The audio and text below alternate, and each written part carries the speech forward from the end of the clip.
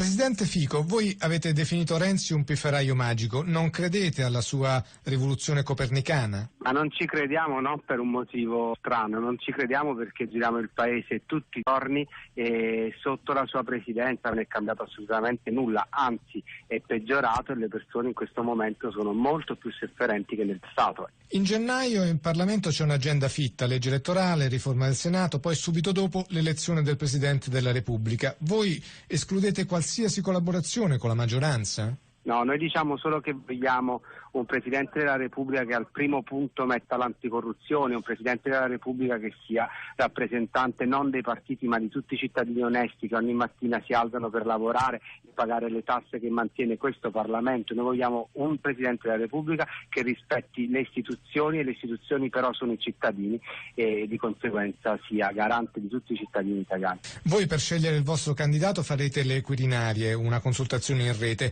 ma proporrete una rosa di nomi e tra questi ci potrebbe essere anche il candidato del PD da sottoporre al giudizio dei vostri elettori? Di tutti questi argomenti ne parleremo dopo Capodanno, dopo le feste, adesso diventa solo chiacchiericcio. Matteo Cortese, GR1.